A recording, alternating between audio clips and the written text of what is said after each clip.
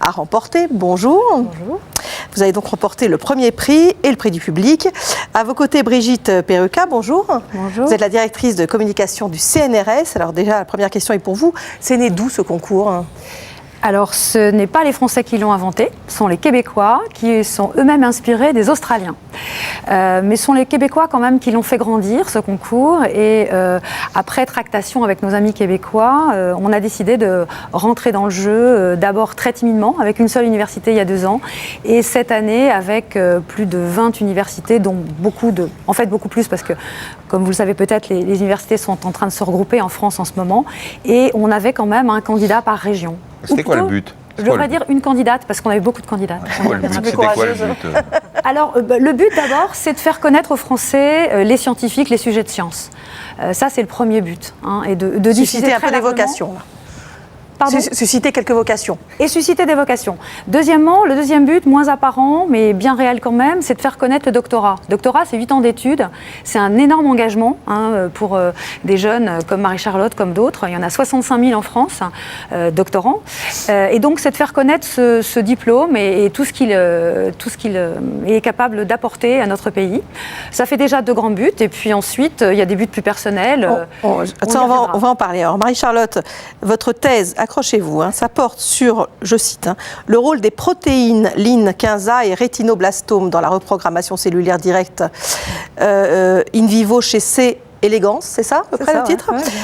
On va regarder tout de suite un extrait donc, de votre intervention, ma thèse en 180 secondes, et on y revient tout de suite. Ce phénomène, ça existe déjà dans la nature, et c'est un de ces phénomènes naturels que j'étudie pendant ma thèse. Alors il prend place dans ce petit verre, qui n'est pas plus grand qu'1 millimètre. Le pot n'est pas de haut, on a 50% de gènes en commun. Et phénomène extraordinaire, dans son rectum, une cellule rectale, ici en rouge, va avoir une sérieuse crise identitaire. Refusant son destin de petite cellule ouvrière dans l'usine de rectum, ne supportant plus son destin de cellule rectale, on la comprend, et ben, elle va se détacher du rectum, migrer un peu plus loin et se transformer en neurone parfaitement fonctionnel. Ok, mais alors ça arrive jamais d'habitude. Une cellule adulte reste cantonnée dans son destin cellulaire jusqu'à sa mort. Autant vous dire que c'est l'ascension sociale inespérée pour une cellule. Alors, surtout une cellule rectale. Alors, 8 ans d'études extrêmement difficiles, ça n'empêche pas d'expliquer avec humour un sujet aussi compliqué que ça. C'était important, ça ? Je pense que les gens peut-être vont mieux accrocher. C'est compliqué. Déjà, le vulgariser, c'est un exercice assez compliqué. En 3 minutes, je vous explique pas. Et si on met des petites touches d'humour, je pense que le public va plus s'accrocher et va rester jusqu'au bout des 3 minutes. Il y avait combien de personnes là, face à vous ? Oh là là, je sais pas, combien ? Quelques cent. Il y avait 400 personnes, 400 personnes. On sent que la respiration est courte, vous étiez stressé à ce moment-là ? Stressé, oui, bon, il y avait du beau monde en plus dans le jury, donc oui, un petit peu stressé. Et alors, on peut vulgariser et en même temps déformer complètement le message. Le but, c'était non seulement de vulgariser, mais que vous restiez scientifiquement crédible. Ah, bien sûr. Bon, après, on ne peut pas rentrer dans les détails de la thèse. 3 minutes, c'est beaucoup trop court.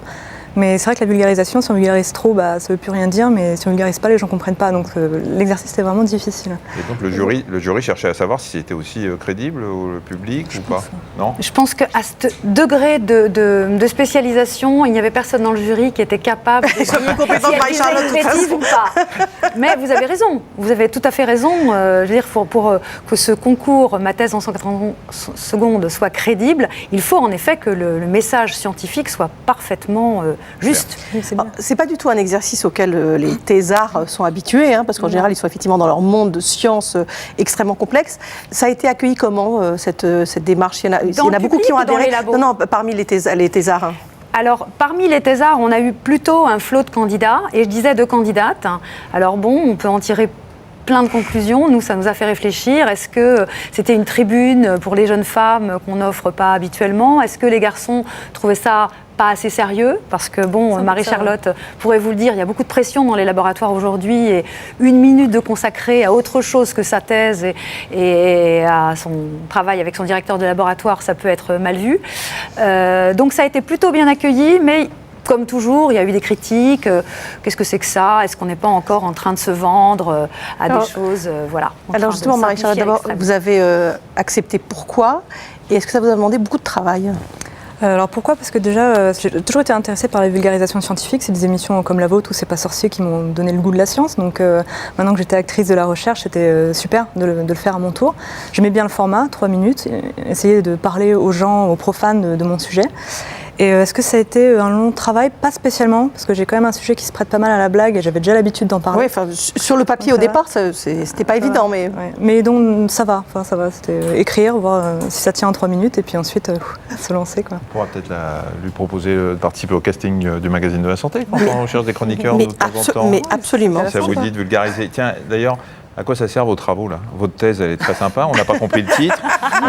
Là, j'ai juste compris qu'il y avait une cellule du rectum qui se barrait dans le cerveau. Et, le but, c'est d'étudier comment une cellule peut changer complètement d'identité. Et en plus, c'est un phénomène naturel extrêmement bien verrouillé. Donc c'est quand même un labo fondamental chez nous. Hein. Donc on s'intéresse vraiment au mécanisme, étape par étape, qui fait qu'une cellule peut changer complètement d'identité. Donc j'ai parlé un peu des applications pendant les 3 minutes. Mais il ne faut pas oublier qu'on est un laboratoire qui s'occupe vraiment de comprendre en détail un phénomène naturel pour s'en inspirer peut-être plus tard et avoir une implication en médecine régénérative, pourquoi pas, mais bien plus tard. Comment le monde de la recherche a accueilli cette démarche, la démarche du CNRS, donc plus largement hors CNRS, ça a été pris comment? Alors, j'imagine qu'on ne vous fait pas de cadeaux. Je pense très bien, vraiment. On n'a eu que des bons échos. Non, l'accueil est très chaleureux. Et je crois que, puisqu'on est dans un magazine de la santé, c'est important de dire qu'il y a eu beaucoup de jeunes thésardes en biologie. Et je pense que c'est lié au fait qu'ils pensaient eux-mêmes que leurs travaux peuvent avoir, et ils ont souvent tout à fait raison, des implications sur justement la santé publique, sur l'avancée de la science pour les gens, hein, pour les personnes. Et donc, il y a eu pas mal de travaux en biologie. Non, ça a été très bien accueilli. Donc, ça va continuer. Il faut le dire, Marie-Charlotte défend les couleurs de la France. Absolument, le 24 et 25 septembre au Québec, c'est ça? Oui, c'est ça. C'est la finale? C'est la finale internationale. Ouais. D'accord. Et vous êtes combien? On est 12, je crois, hein, c'est ça? Oui, vous êtes combien par pays? Il y a 4 pays participants, hormis la France, le Québec, le Belgique et le Maroc. Et on espère bien sûr qu'en 2015, il y aura encore plus de pays francophones parce que ça paraît annexe, mais ce n'est pas tout à fait annexe. C'est aussi défendre la science en français. Eh bien, on va suivre on va regarder les résultats de cette finale. En tout cas, on ne vous dit pas parce que c'est grossier, mais on le pense pour la finale. Elle veut dire merde. C'est ça. Elle ne peut pas le dire à la télé. Merci beaucoup, en tout cas, et bravo pour cette belle initiative. C'est une très bonne idée. Tout à l'heure, à 14h30, Allô Docteur, on va parler des maux de dos, des maux extrêmement fréquents, aux causes très variées. On va parler évidemment des causes et des solutions pour lutter contre ces douleurs. Merci. La thérapeute mobilise tous les membres qui entrent en résonance avec les lombaires.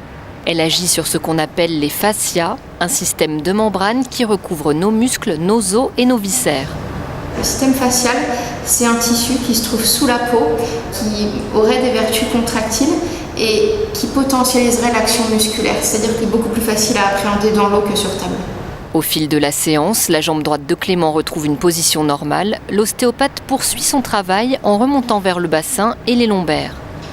Voilà, on verra ça tout à l'heure dans Allô Docteur, 41 555 si vous posez vos questions par les portables, allodocteur.fr, france5.fr par internet, hashtag santé F5 si vous passez par le réseau Twitter. Et voici maintenant nos chroniques.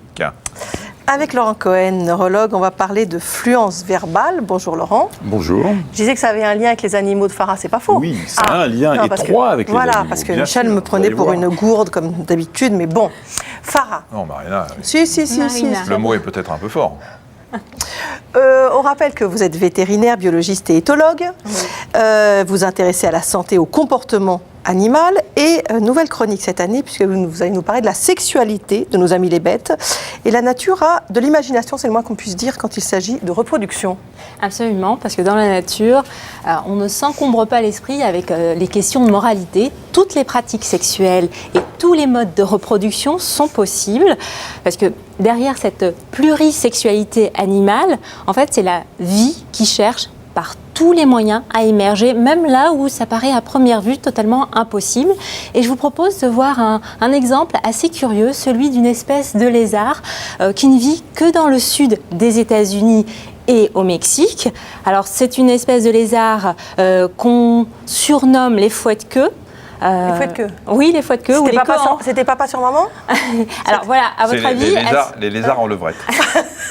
Ça reste animal. Ça reste animal. Ça reste animal. Et effectivement, quand on voit l'image, on a l'impression que c'est bien monsieur et madame. Et bien, en fait, les apparences sont trompeuses. C'est monsieur en dessous ? Non, pas du tout. C'est deux demoiselles. C'est madame et madame ? Exactement. Ce sont deux demoiselles qui simulent un acte sexuel en prenant Alors, la position mâle-femelle, autrement dit, il y en a une qui fait semblant d'être le mâle. Vous êtes sûr c'est deux femelles? Absolument. D'ailleurs, il n'y a aucun dimorphisme. Là, l'apparence est totalement similaire. Et là, la simulation elle est se tellement... frotte, là. Eh ben oui. Ah oui, c'est très bien commenté. Elle se frotte. Et justement, Michel, dans un couple mâle-femelle, c'est exactement ce qui se passe. C'est-à-dire qu'elle fait très bien semblant. Elle se frotte, elle se met au-dessus. Là, elle pince sa partenaire et elle s'enroule. Et quand les deux cloaques sont en contact, normalement, si c'était un mâle, elle aurait pu envoyer des spermatozoïdes. Mais là, il n'y a pas de gonade masculine. Et il n'y a pas d'hémipénis, le fameux double pénis des lézards, puisque ce sont des femelles. Alors l'hémipénis, juste pour la curiosité, c'est vraiment le double pénis des lézards. Là, c'est celui d'une espèce apparentée. D'accord ? Là, vous voyez de part et d'autre. Blanc, là ? Oui. Oh, en fait, c'est rétractable. C'est incroyable tout ça. Ça sert à quoi ça? C'est pour avoir deux femelles en même temps ou non, c'est pas deux femelles en même temps, pas pour les lézards.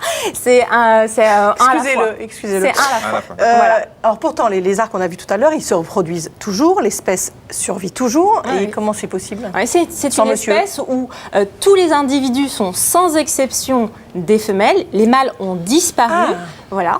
Et c'est vrai que ce sont pourtant des vertébrés et habituellement, on va le voir dans une animation, les vertébrés, on a besoin d'un spermatozoïde qui va aller féconder un ovule. Le matériel génétique des deux fusionne.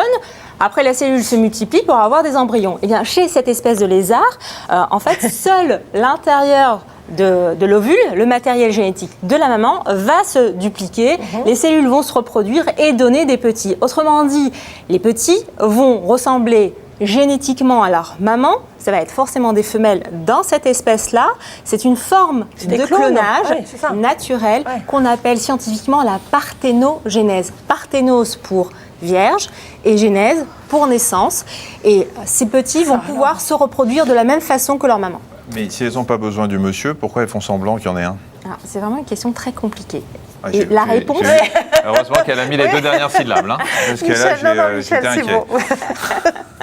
Allez-y, Farah. Non, très compliqué. Donc, en fait, ce qui est sûr, c'est qu'il n'y a aucun organe sexuel masculin. Ce n'est pas une forme d'hermaphrodisme.